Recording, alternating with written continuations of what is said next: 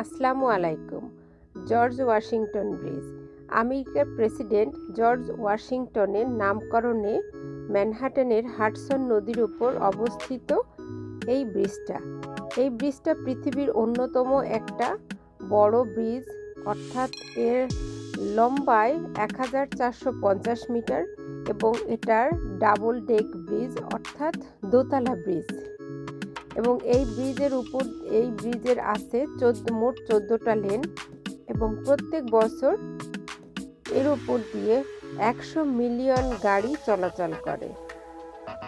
এবং এই ব্রিজটার যে দূরত্ব 1450 মিটার এবং এটার যে আপার লেনটা, যেটা উপরের তলাটা, এটা জনগণের জন্য চলাচলের জন্য খুলে দেওয়া হয় 1931 সালের অক্টোবর মাসের 25 তারিখ।